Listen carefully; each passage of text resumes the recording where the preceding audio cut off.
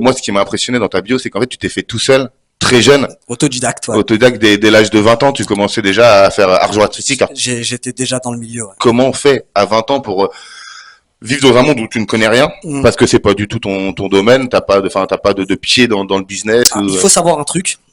Tu vois, je suis tombé sur quelques photos de moi plus jeune avec des célébrités, tout ça, et là, du haut de mes 41 ans, je suis fan.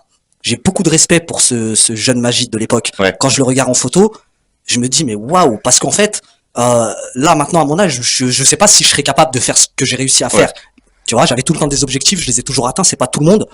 Et en fait, je suis fan de ce mec. Je regardais des photos et j'étais presque amoureux de ce petit jeune en me disant, mais parce que je me rappelle de la niaque que j'avais, de l'ambition que j'avais, etc. Et en fait, je regardais les photos et je me disais, mais je suis fan de ce mec. Ouais. C'est une dinguerie tout ce qu'il a réussi à faire.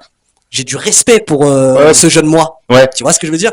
Et c'est vrai que quand je regarde le parcours, ce que j'ai traversé, alors il faut savoir qu'il y a eu des hauts et des bas, comme tout le monde, hein, des amis, des ennemis, beaucoup d'ennemis aussi. Des fois c'était pas voulu, des fois c'était pas exprès, des fois c'était de la mauvaise compréhension aussi.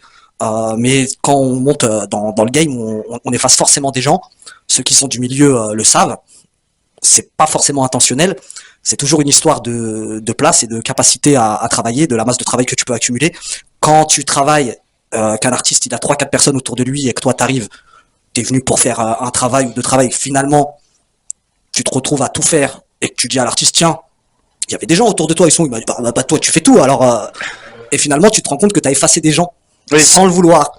Mais ça c'est aussi parce que comme je t'ai dit, j'avais la niaque et tout ce qu'on me demandait de faire, je me sentais capable de le mais faire, vraiment. Ouais. Donc moi mon parcours c'est des demandes alors même que des fois je savais pas comment j'allais m'y prendre, je me débrouillais pour ramener des résultats satisfaisants. Ouais, c'est ça. C'est ce qui se dit assez régulièrement ici, c'est l'opportunité, un peu le culot, quoi. Faut y aller, faut pas avoir peur. J'étais quelqu'un de culotté.